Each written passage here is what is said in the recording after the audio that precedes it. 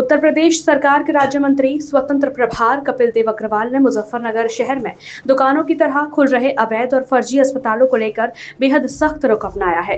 लगातार मिल रही शिकायतों और इन अस्पतालों में हो रही दुखद घटनाओं को गंभीरता से लेते हुए मंत्री ने स्वास्थ्य विभाग के आला अधिकारियों को आर पार की जंग के निर्देश दिए हैं। इसके साथ ही उन्होंने कल होने वाली ऐतिहासिक श्री बालाजी शोभा यात्रा की तैयारियों को भी अंतिम समीक्षा की है। मंत्री कपिल देव अग्रवाल ने मुख्य चिकित्सा अधिकारी सीएमओ और आयुर्वेदिक चिकित्सा अधिकारी से फोन पर कॉन्फ्रेंस के जरिए बात कर अपनी नाराजगी जताई। मंत्री ने दो टूक कहा कि फर्जी अस्पतालों के कारण मासूम लोगों की जान जा रही है, जिसे अब किसी भी सूरत में बर्दाश्त नहीं किया जाएगा। उन्होंने निर्देश दिए कि जिले भर में सघन अभियान चलाकर ऐसे अस्पतालों की जांच की जाए जो बिना अनुमति संचालित है। दोषी अस्पतालों को तुरंत सील किया जाए और संचालकों के खिलाफ मुकदमा दर्ज हो। अधिकारियों को खुद सड़कों पर उतरकर निरीक्षण करने और 1 सप्ताह के भीतर की गई कार्रवाई की विस्तृत रिपोर्ट प्रस्तुत करने के आदेश दिए गए हैं। कल गुरुवार को मुजफ्फरनगर में आयोजित होने वाली उत्तर भारत की सबसे बड़ी श्री बालाजी शोभा यात्रा को लेकर मंत्री ने व्यवस्थाओं को अंतिम रूप दिया है। नगर पालिका अधिशासी अधिकारी को पूरे शोभा यात्रा मार्ग पर विशेष सफाई अभियान चलाने के निर्देश दिए। पुलिस और प्रशासनिक अधिकारियों को रूट डायवर्जन और शांति व्यवस्था सुनिश्चित करने को कहा गया है ताकि श्रद्धालुओं को असुविधा ना हो। मीडिया से बातचीत करते हुए मंत्री ने कहा, ये हमारा सौभाग्य है कि साक्षात बालाजी महाराज स्वर्ण रथ पर सवार होकर हमारे द्वार पर दर्शन देने आ रहे हैं। मंत्री की इस सख्ती के बाद स्वास्थ्य विभाग के अधिकारियों में खलबली मची हुई है। माना जा रहा है कि अगले 24 से 48 घंटों के भीतर शहर और देहात क्षेत्रों में अवैध क्लिनिकों और अस्पतालों पर बड़े स्तर पर छापेमारी देखने को मिल सकती है। प्रशासनिक सक्रियता और मंत्री के कड़े निर्देशों से जनता में उम्मीद जगी है कि अब स्वास्थ्य के नाम पर खिलवाड़ करने वाले माफियाओं पर लगाम लगेगी। आप मुझे बताइए, सुनिए, अभी मुझे कुछ लोगों ने बताया कि जिस बच्चे की डेथ हुई है, अभी मैंने देखा नहीं है, पर मुझे लोगों ने बताया कि जहाँ वो बच्चों की चाइल्ड का था, जहाँ बच्चे की डेथ हुई है, वहाँ ऊपर तो जिम है, नीचे रिक्शा की रिपेयरिंग वाली है। उसमें परमिशन कैसे हो गई? किसने दी है? किसने दी? हाँ, अरे बच्चों की जो हेल्थ की नर्सरी होती है बच्चों की, जहाँ ऊपर जिम होगा, जिम है वहाँ देखा? आईसीयू हाँ है। अगर जिम ऊपर है और शोर मचाता होगा तो नीचे नर्सरी कैसे हो सकती है भाई? डॉक्टर साहब सिमो साहब बताइए।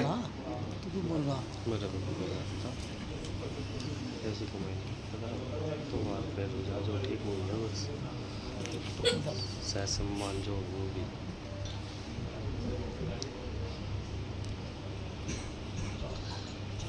नहीं, ऐसे कैसे चला लेंगे? हॉस्पिटल कैसे लिख देंगे?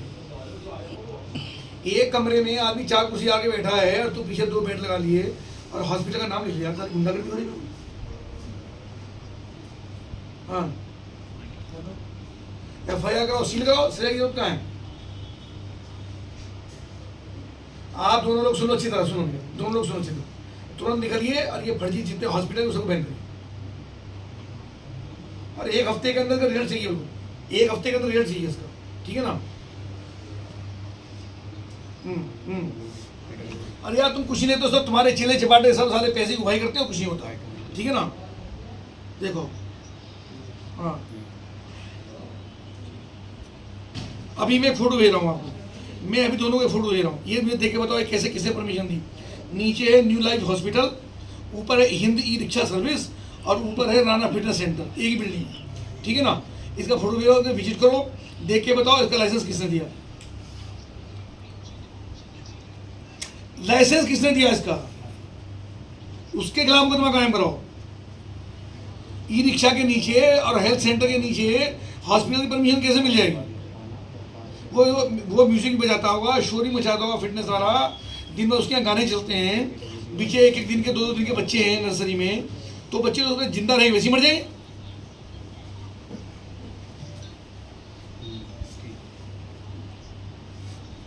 हाँ,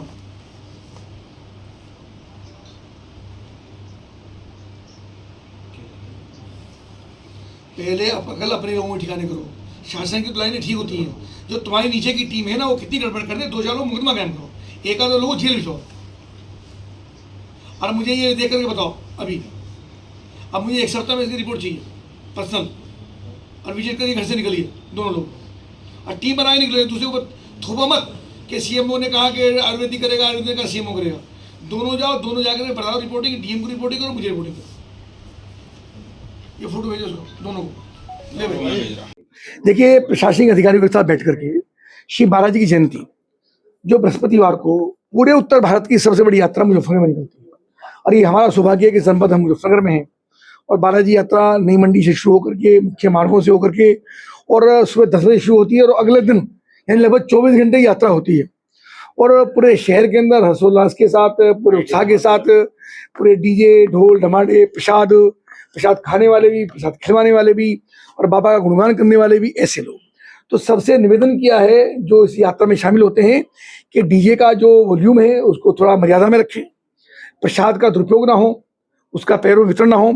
नगर पालिका को कहा गया कि स्वच्छता का ध्यान रखें, हर 100 मीटर पर 200 मीटर सफाई कर्मचारी लगातार काम करते रहे, 2 शिफ्टों में उनकी ड्यूटी लगे ताकि वो प्रसाद का या जो भी साथ गंदगी होती है उसका सही प्रकार से निस्तारण उसका होता रहे और बाबा का स्वर्ण रथ पर जब यात्रा निकलेगी तो हम सब लोग मिलकर उसका स्वागत करेंगे। मंत्री जी, इस बार जैसे शोभा यात्रा है, बड़ी संख्या में लोग जो प्रसाद वितरण करते हैं, लेकिन इस बार जो गैस की किल्लत है उसके लिए किस तरह से व्यवस्था हो गई है? अधिकांश लोगों की व्यवस्था हो गई है। जिन जिन लोगों ने हमसे संपर्क किया, ज़्यादातर लोगों की व्यवस्था प्रशासनिक अधिकारियों के द्वारा, हमारे द्वारा, डीएसओ के द्वारा, कुछ हाथ जोड़ करके, कुछ विनम्रतापूर्वक, कुछ लोगों ने घर से व्यवस्था की है। नहीं, गैस की ऐसी समस्या नहीं है। स्वयं प्रधानमंत्री जी ने कहा है कि गैस का, ऑक्सीजन और पेट्रोल का, डीजल का पर्याप्त भंडारण हमारे पास है, पर थोड़ी सी पैनिक हुआ है। लेकिन जो जिन जिन लोगों ने डिमांड की है उन सबकी व्यवस्था हो पाई है। कुछ लोग अपनी भट्टी की व्यवस्था भी कर रहे हैं जिसमें कोयला और लकड़ी वगैरह लगा करके उसकी व्यवस्था कर। मंत्री जी, एक आईएएस अधिकारी रिंकू सिंह मुजफ्फरनगर में उन्होंने इस्तीफा दिया, उसको लेकर क्या कहेंगे? सरकार पर गंभीर आरोप लगाए हैं। और ये विषय नहीं है, रिंकू सिंह का लंबा मामला हो गया है, कई प्रकार की उनकी गलतियां भी पकड़ी गई हैं। अब उन्होंने कहा कि पैनिक होकर के उन्होंने इस्तीफा दिया, तो वह निजी विषय, मुझको लगता है शासन इसको देख रहा है। जनपद में जैसे आया है इसके प्रति गंभीरता हमने इसको लिया है। अभी हमने सीएमओ से और जो आयुर्वेदिक चिकित्सा अधिकारी हैं जो इंचार्ज हैं, दोनों से कॉन्फ्रेंस में लेके बात की। डीएम को भी हमने कहा है कि ऐसे लोग जिन्होंने केवल अपना प्रैक्टिस के लिए लाइसेंस लिया और लेकर हॉस्पिटल बना दिए हैं, तो ऐसे लोगों को दिखाएं। जो अनुमन्य नहीं है, जिनका पैरामीटर में नहीं आते हैं, उसकी सिस्टम में नहीं आते हैं, उन सब लोगों पर कार्रवाई की जाए और कोई भी चिकित्सा सुविधा के साथ खिलवाड़ नहीं कर पाएगा। ये निर्देश दोनों अधिकारियों को दिया है और उनको ये भी कहा गया है कि चाहे स्वयं विजिट करें और किसी प्रकार की कोई कोताही पकड़ी जाती है तो कार्रवाई। मंत्री जी, आपको ही बरगलाने की कोशिश की, एक दूसरे पर वो डाल रहे थे। नहीं, उन्होंने कहा कि दोनों ने अलग अलग बताया कि सीएमओ ने कहा कि आयुर्वेदिक चिकित्सा अधिकारी देखते हैं इस काम को, तो मैंने दोनों को लाइन पे लेके बात की है और वो कहा कि 1 सप्ताह के अंदर इस पर रिपोर्ट दाखिल करें। मंत्री जी, कानपुर में गैंग पकड़ा गया है, हॉस्पिटल में किडनी बदलने, किडनी निकालने। देखिए, हम सबका ये भी सौभाग्य है कि एक शानदार मुख्यमंत्री, जिम्मेदार मुख्यमंत्री, बहुत कड़क और अनुशासन प्रिय मुख्यमंत्री हमारे पास हैं। उसके बावजूद भी प्रदेश के अंदर कुछ ना कुछ लोग सामाजिक घटनाएं करते रहते हैं, तो ऐसे लोगों पर बहुत कड़ी कार्रवाई होगी। ये भी प्रसन्नता का विषय है कि सरकार का कोई व्यक्ति, चाहे जनप्रतिनिधि के रूप में, मंत्री विधायक के रूप में हो, चाहे हमारे अन्य पदाधिकारी हो, ऐसे लोगों को संरक्षण देने का काम नहीं करते हैं। पूर्व की सरकार में ये सब काम होते थे, उन सब पर कार्रवाई हुई, किसी को बख्शा नहीं। मंत्री जी, मुजफ्फरनगर में फर्जी अस्पताल चल रहे हैं, क्या उन पर भी इस तरह की जांच करा जाए? कोई इस तरह मैंने कहा ना आपको कि ऐसी कोई पकड़ा जाएगा उस पर कार्रवाई। मदीना चौक पर एक वीडियो वायरल हो रही है जिसमें सड़क बनाने लोग अपने हाथों से उखाड़ रहे हैं। देखिए, मुझको लगता है कि ये इस प्रकार का विषय जब नगर पालिका या प्राधिकरण या एमडीए या पीडब्ल्यूडी जब हैंड ओवर कर दे, उसके बाद हमको आपत्ति करनी चाहिए। अभी मॉल डला है, उसके ऊपर आपने आपत्ति करना शुरू कर दिया, ये उचित नहीं है। ये जिम्मेदारी टेक्निकल लोगों की है। कहीं कमी पाई जाती है, घटना क्वालिटी होती है, खड़े होकर के एक बार अपने सामने जांच करके मैं निवेदन करूंगा आपके माध्यम से कि चाहे हमारी विधायक निधि क्यों ना हो, चाहे सांसद निधि हो, चाहे नगर पालिका का विषय हो, चाहे प्राधिकरण का विषय हो, चाहे पीडब्ल्यूडी का हो, चाहे इरिगेशन का हो, ये सब पैसा सरकार का पैसा होता है, किसी का निजी पैसा नहीं होता। कहने के लिए होता साहब मैंने ये कर दिया, मैंने नहीं। ये सब जनता के पैसे का, टैक्स का पैसा होता है जो विकास कार्यों में खर्च होता है। तो जनता की जिम्मेदारी के खड़े होकर के अपने सामने उचित क्वालिटी का माल डलवाएं और सड़कों को उखाड़ना, ये सब चीज जनता का नहीं है। जब उसकी हैंड ओवर हो जाए, यानी विभाग के हमने काम पूरा कर दिया, उसमें कोई कमी पाई जाती तो उसकी शिकायत हमको या जिला डीएम को या संबंधित विभाग को करनी चाहिए। ऐसी ही खबरों के लिए रॉयल बुलेटिन को सब्सक्राइब करें, लाइक करें और शेयर भी करें।